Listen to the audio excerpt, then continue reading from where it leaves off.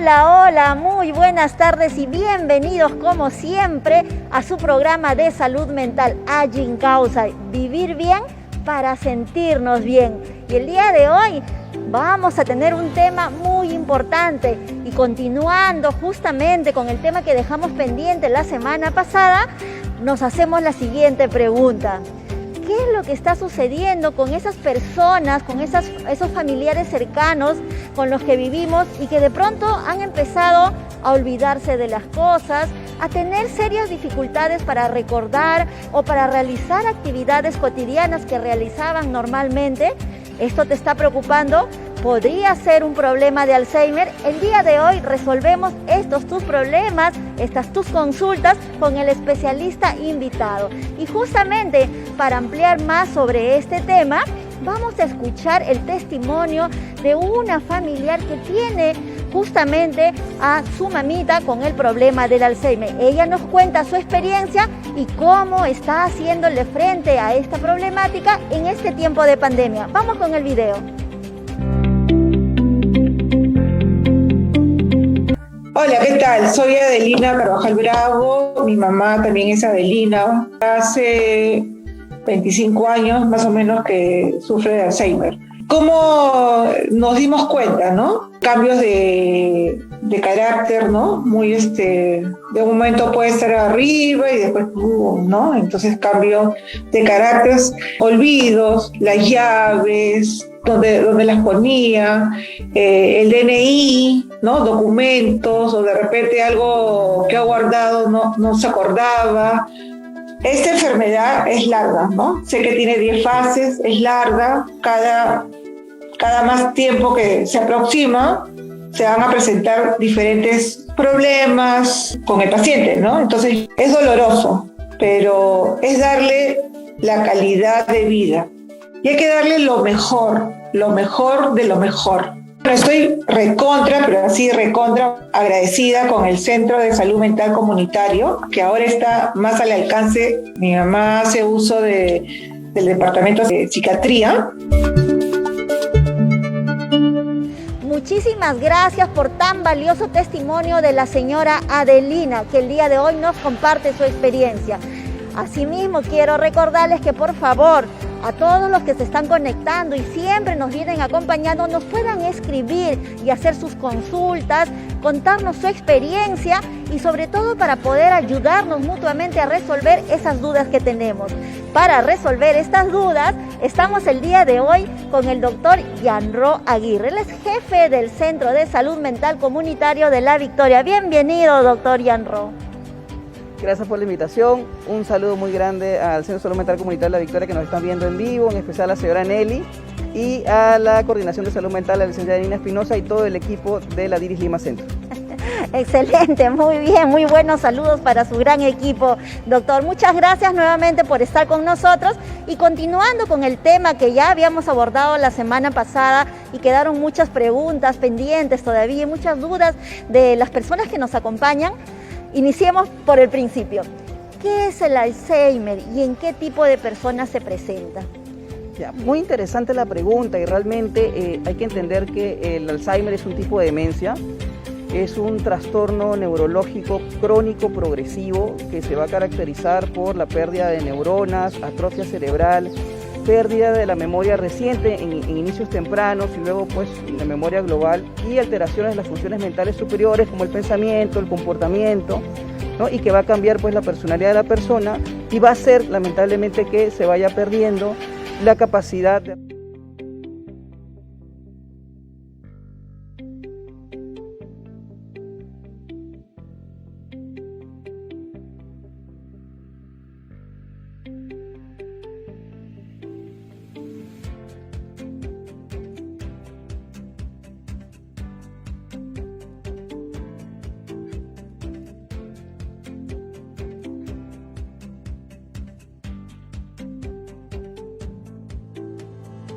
Y es lo que aborda realmente como un problema de salud pública, porque tenemos entendido que actualmente más de 40 millones de personas lo sufren en todo el mundo y se sabe que cada 70 segundos una persona es diagnosticada con Alzheimer. Hablando específicamente de la edad en la que se presenta, ¿a qué edad, doctor, se presenta esta enfermedad?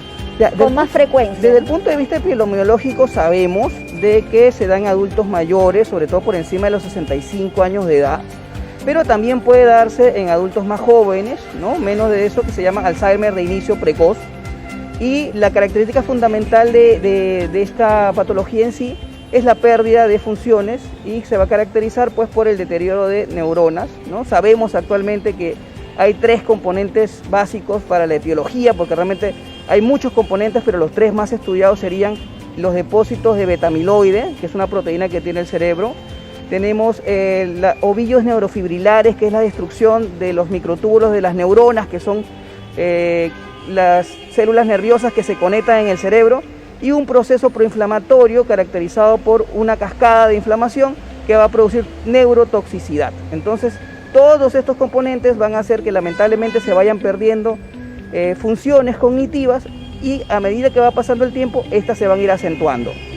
Hablando de estas funciones cognitivas y lo que usted nos acaba de decir, que puede presentarse no solo en el adulto mayor, sino a temprana edad. ¿Cuáles serían estos signos, de repente, que yo o quienes nos están escuchando podríamos identificar y ya preocuparnos o ir en búsqueda de ayuda? Es importante entender, ¿no?, qué son los olvidos normales, olvidos benignos, de olvidos patológicos. Y eso siempre, incluso en el programa de la semana pasada lo hablamos mucho, pero realmente lo que hay que entender es que los olvidos benignos son aquellos que van a estar caracterizados, pues quizá influenciados por la falta de atención, concentración y memoria, como ahorita vivimos en un momento de pandemia, dificultades económicas, cambios políticos. Entonces realmente puede ser que nos distraigamos incluso con nuestros propios problemas personales. Pero cuando ya esto aumenta, los olvidos son mucho más frecuentes, porque lo primero que hay que entender es que cuando hablamos de enfermedad de Alzheimer o demencia, la mayoría de las personas piensa que es solamente memoria, y realmente esto no es así. Si bien inicia con pérdida de memoria de eventos recientes, ¿no?, poco a poco se van a ir perdiendo otras facultades, ¿no?, como por ejemplo capacidad del pensamiento, capacidad de juicio, alteraciones en el comportamiento, irritabilidad. Y esto hace pues que la persona se desoriente, se confunda, que a veces no pueda llegar a su casa, que no reconozca a sus seres queridos. Y como lo vimos en el video, pues va a generar una gran carga emocional para la persona y también para sus familiares y cuidadores.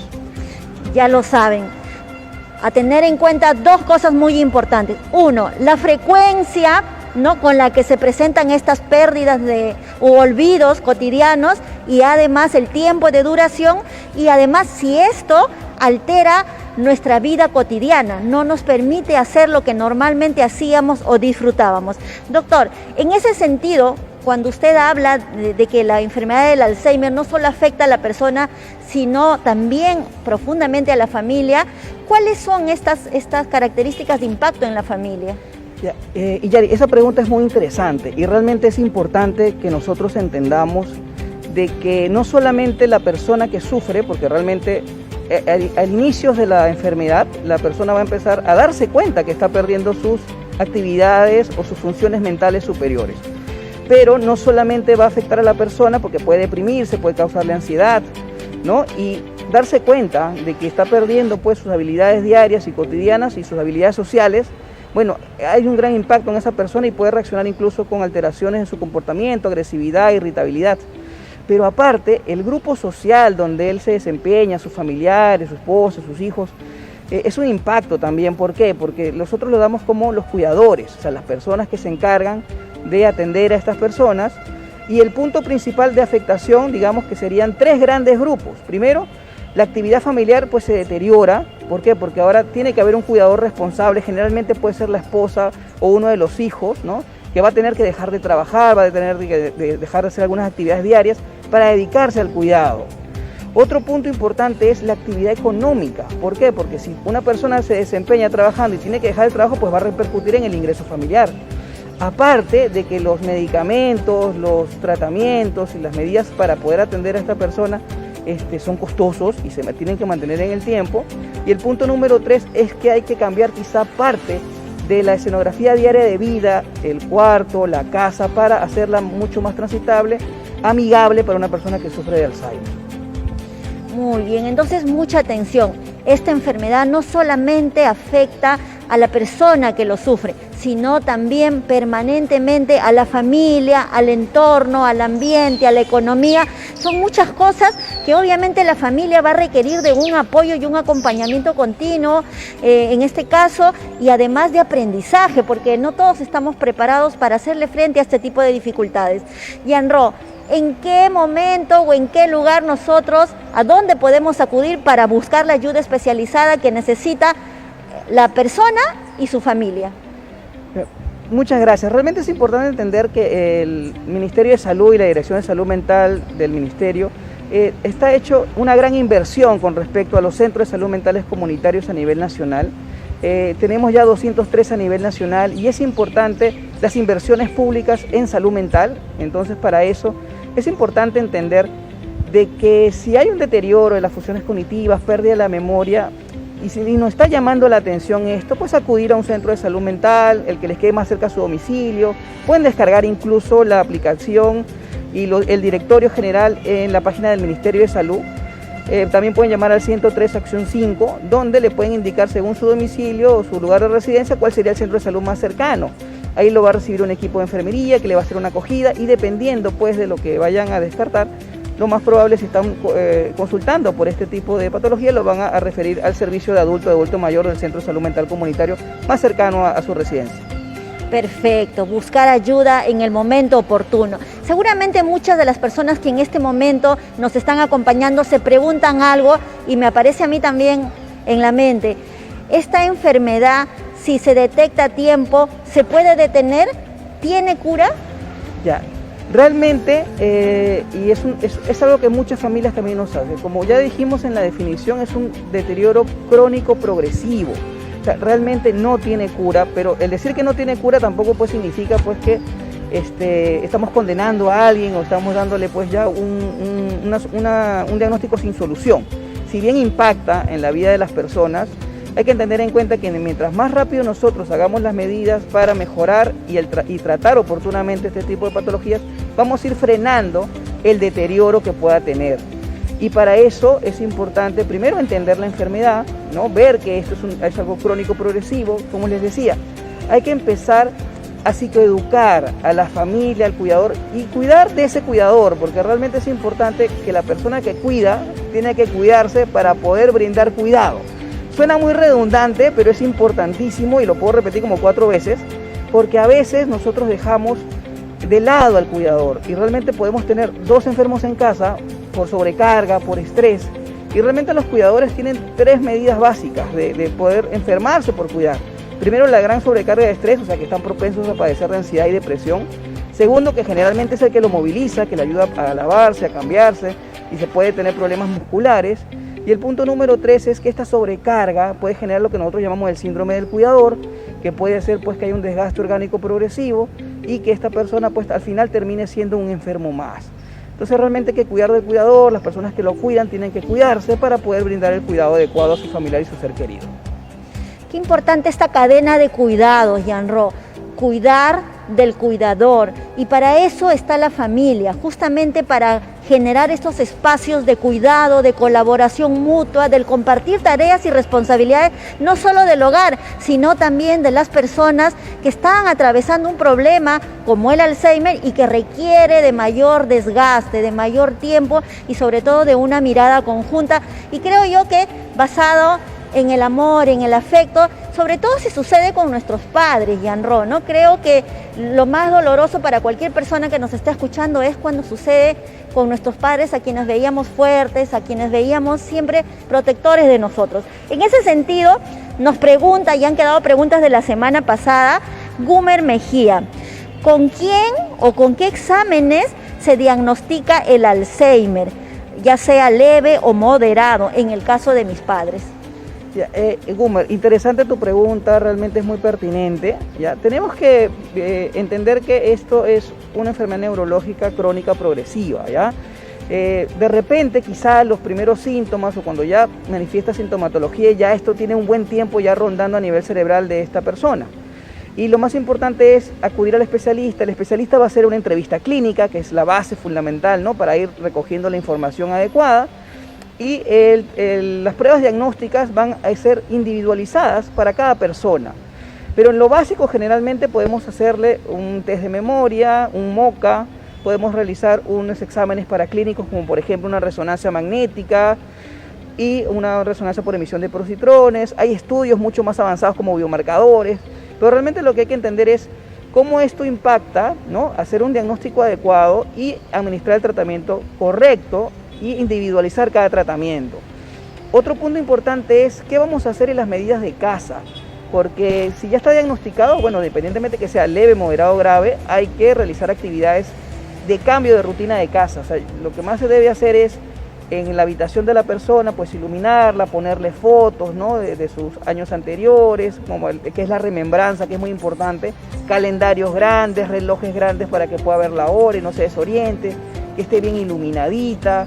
En la casa pues poner letreros, ¿no? Este es el baño, la cocina, tratar de quitar cosas del medio para que no se vaya a tropezar, porque generalmente se pueden desorientar y pueden sufrir caídas y fracturas. Entonces fíjense que todo este cambio va a ayudar a que la persona se sienta más tranquila, no se agite, ni se desoriente, ni se confunda.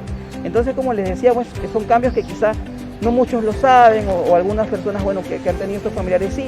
Y lo más importante que sí, Yari, el cuidado con amor de tus familiares, porque tienden a ser muy reiterativos, a preguntar varias veces las mismas cosas. Y a veces podemos responder mal porque nos agotamos. Y hay que entender pues de que no lo hacen por maldad, sino porque lamentablemente no fijan la atención y por lo tanto no, pues la enfermedad es tan deteriorante de que la memoria a corto plazo está abolida y por lo tanto no lo van a recordar. Así es, y sobre todo cuando conversamos con nuestros adultos mayores y muchas veces hemos escuchado, ya me vas a contar nuevamente la misma historia, ¿no? Escucharlos tantas veces sea necesario. ¿Por qué? Porque ellos necesitan que se les transmita nuestro afecto a través justamente del tiempo y la calidad de atención que les podamos brindar. Les invito a que nos escriban, a que nos envíen sus consultas y que nosotros acá las vamos a resolver. Tenemos una pregunta de las que quedaron la semana pasada pendiente, espero que nos esté escuchando Leris Flores. Ella nos dice, soy propensa a los olvidos de muchas cosas. Eso sumado a que no duermo bien y tengo ataques de pánico y ansiedad. ¿Qué tipo de ayuda necesito, por favor? Ya, en este caso, lo que te podemos aconsejar es que si te estás notando que estás con ataques de pánico y con ansiedad, ya aquí tenemos como una especie de diagnóstico base, ¿no? Ya tenemos un problema de ansiedad y quizá depresión, ¿no? Habría que hacer un buen interrogatorio, pero hay que recordar que la depresión y la ansiedad van a generar en la persona problemas de alteración en la atención, concentración y memoria. Entonces, por lo tanto, quizá tus olvidos y tu problema de ansiedad está muy relacionado y no es Alzheimer, sino quizás sea el mismo estrés que estás viviendo, ya con un diagnóstico quizá que habría pues que tratar desde el punto de vista médico. Otra pregunta, Elizabeth García nos dice, tengo 48 años y ya empiezo a olvidar cosas. Yo no trabajo y estoy en casa. ¿Será algún tipo de Alzheimer? Ya, antes que nada es importante entender y hacer la diferencia. Yo creo que eso es algo que tiene que quedar muy claro. No todos los olvidos son relacionados a problemas de demencia. Y hay que entenderlo así, ¿no? Quizá a esta edad, ¿no?, por debajo de los 65 años, estén más relacionados al estrés, a la ansiedad, a la cotidianidad del día a día. Lamentablemente estamos ahorita en una sociedad pues digital, rápida, que todo es para ayer. Y a veces estamos pensando mucho en el mañana y no vivimos el presente, lo cual hace pues que nos perdamos de cosas actuales y eso está haciendo que no podemos recordar y no podemos fijar porque nuestra atención está muy dispersa en muchas cosas y generalmente está relacionado más con eso que en un problema de Alzheimer, ¿no? Y como lo decíamos, si ya hay un problema de olvidos y esos ya se están haciendo más constantes, bueno, no sabe más que hagas un chequeo, que te veas y con los profesionales adecuados y te dirán realmente cuál será tu diagnóstico, ¿no? Pero la idea en este caso es buscar la ayuda, o sea, no quedarse nada más con lo que yo te digo, anda a un centro de salud mental comunitario, pide tu consulta y ahí te van a apoyar ya los especialistas. Muy bien, ya saben, están todos invitados a visitar nuestros centros de salud mental comunitarios que tenemos a nivel nacional. Ya son 203 centros especializados que brindan atención en horarios muy amplios y corridos, pero sobre todo completamente gratuitos para la población. Marlene Vicharra nos pregunta, buenas tardes, mi mamá tiene 94 años y le han recetado ciertas pastillas. ¿Estará bien? ¿Es importante usar la medicación o debo de consultar su opinión, en su opinión, a otro médico? Ya, primero habría que ver qué diagnóstico le dieron, ¿no? Qué tratamiento le indicaron, ¿no? Me imagino que si la vio un médico y le ha hecho esa indicación es porque creo que la necesita. Nunca está de más también las segundas opiniones, pero realmente es importante acudir a un especialista adecuado, a tu médico neurólogo, a tu médico psiquiatra, ¿no? Porque es importante la supervisión de estos medicamentos, porque realmente son medicamentos de prescripción, son medicamentos que pueden tener algún tipo de efecto secundario, pero es algo que tienes que preguntarle a tu médico, ¿no? Preguntarle para qué es cada pastilla, qué me puede dar los primeros días que la estoy tomando, qué espera del tratamiento, ¿no? Para tú estar atenta y cualquier cosa puedes consultarlo directamente con él. ¿Cuánta preocupación por nuestros padres?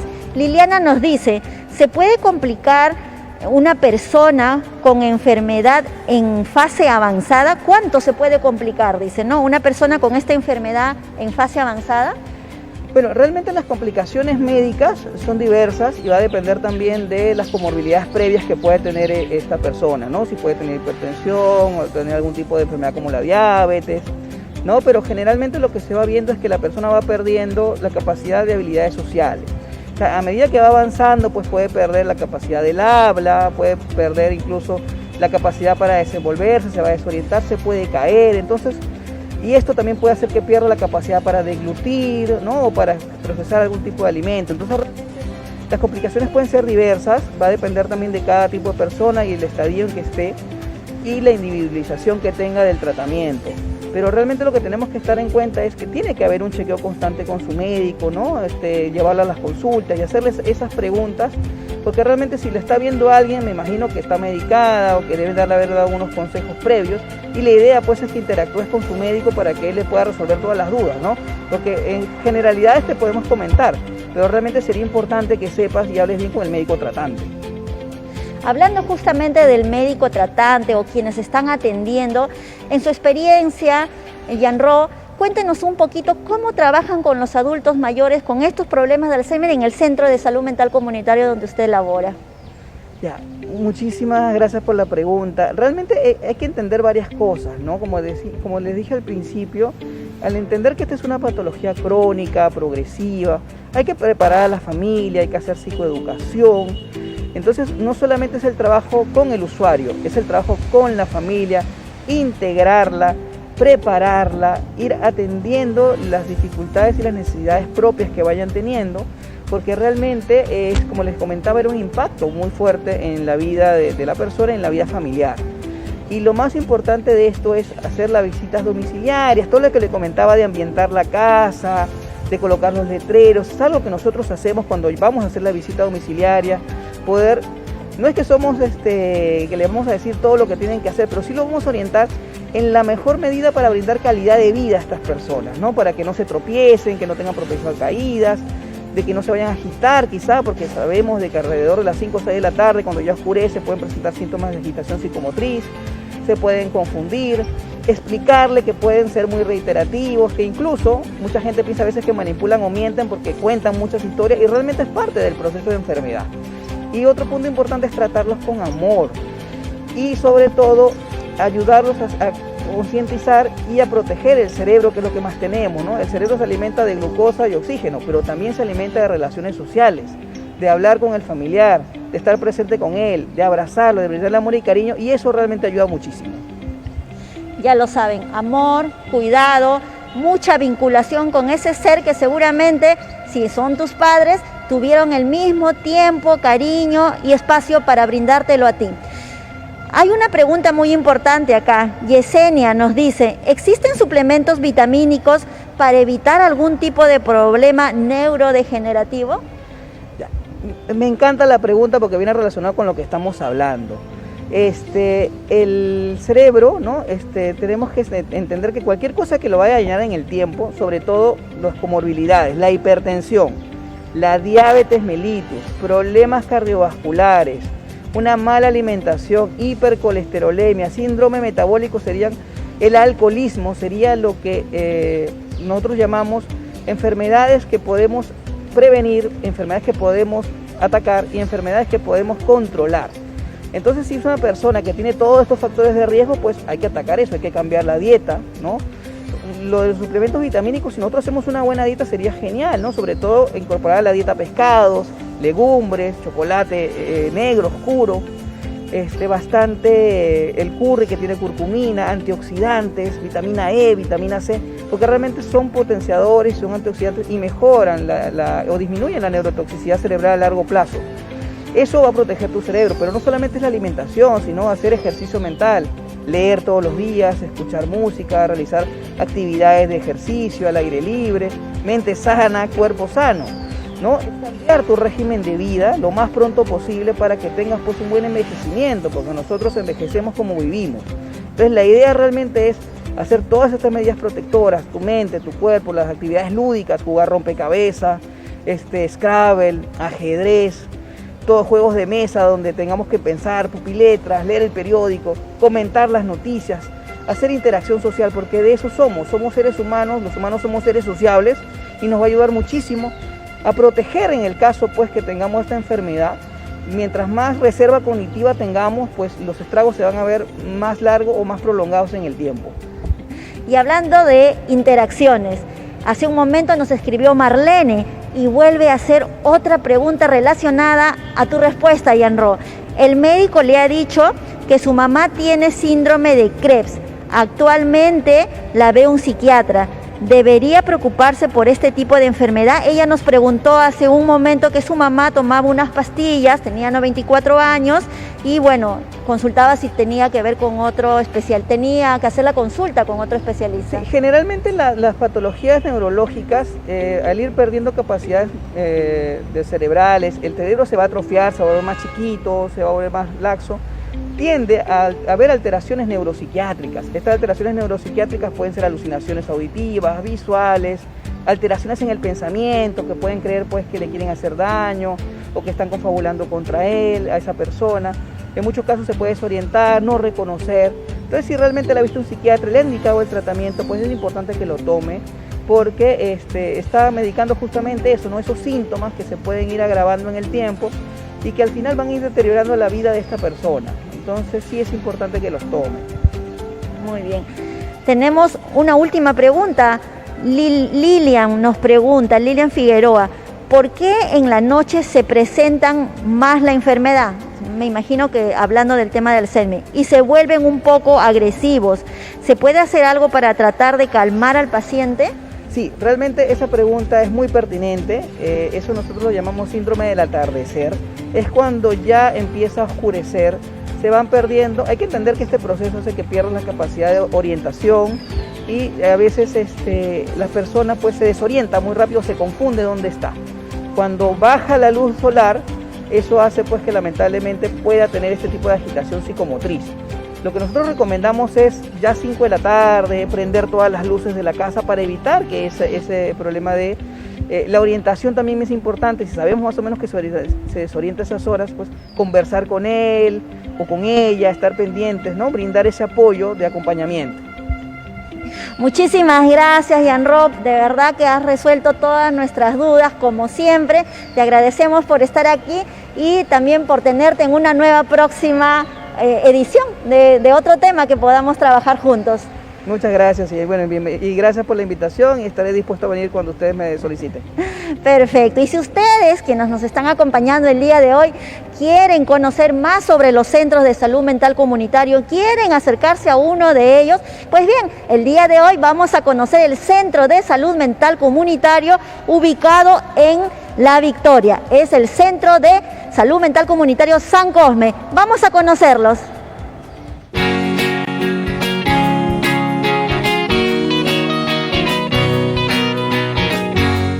Hola, soy el doctor Miguel Arias, médico jefe del Centro de Salud Mental Comunitario de San Cosme. Contamos con los servicios de psiquiatría, psicología, medicina familiar, terapia ocupacional, terapia de lenguaje, servicio social, visitas domiciliarias, todo de forma gratuita. Nos ubicamos en Bausate y Mesa 2651. Amigo, vecino, si tienes un problema, ven, estamos para escucharte, estamos para oírte. Cuenta con nosotros. Es tu Centro de Salud Mental Comunitario.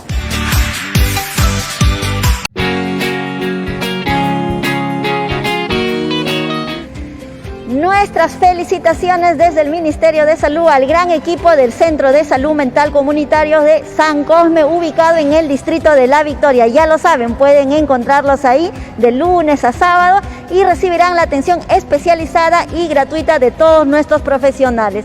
Pues bien, además, si quieren conocer sobre dónde hay más centros comunitarios, pueden visitarnos en la página web del Ministerio de Salud, buscar ahí centros de salud mental comunitarios y lograrán ubicarlos a cada uno de ellos. Además, pueden llamar también a la línea 113, opción 5, donde también los profesionales de psicología le podrán brindar la orientación para acudir a los servicios especializados. También quiero invitarlos, por favor, a todos los que nos siguen y nos acompañan cada día, a que puedan escribirnos sobre qué temas de interés les gustaría tocar en este su programa de salud mental, Agin Causa, y vivir bien para sentirnos bien y resolver todas esas dudas que ustedes, nosotros, quien les habla, tiene con respecto al cuidado de la salud mental de su familia. Estamos llegando al final y no me quiero ir sin antes anunciarles el tema de la próxima semana: miedos y obsesiones. ¿Has tenido miedos? ¿Tienes algún tipo de obsesión, algo que se repite permanentemente en este tiempo de pandemia? Pues bien, la próxima semana resolveremos tus dudas con respecto a esos temores que se nos están presentando. Además, hablando del tema del día de hoy y para ya despedirnos, no se olviden, por favor, que en este tiempo de pandemia, donde estamos unidos en familia, recordar que esos adultos mayores que tenemos en casa y que probablemente están teniendo graves dificultades con la memoria, con la concentración, con el poder tener un diálogo continuo con nosotros, tratémoslos con amor, con mucha paciencia. Recordemos la etapa en la que ellos dedicaron esa paciencia y ese tiempo para poder ser los seres humanos que el día de hoy somos nosotros.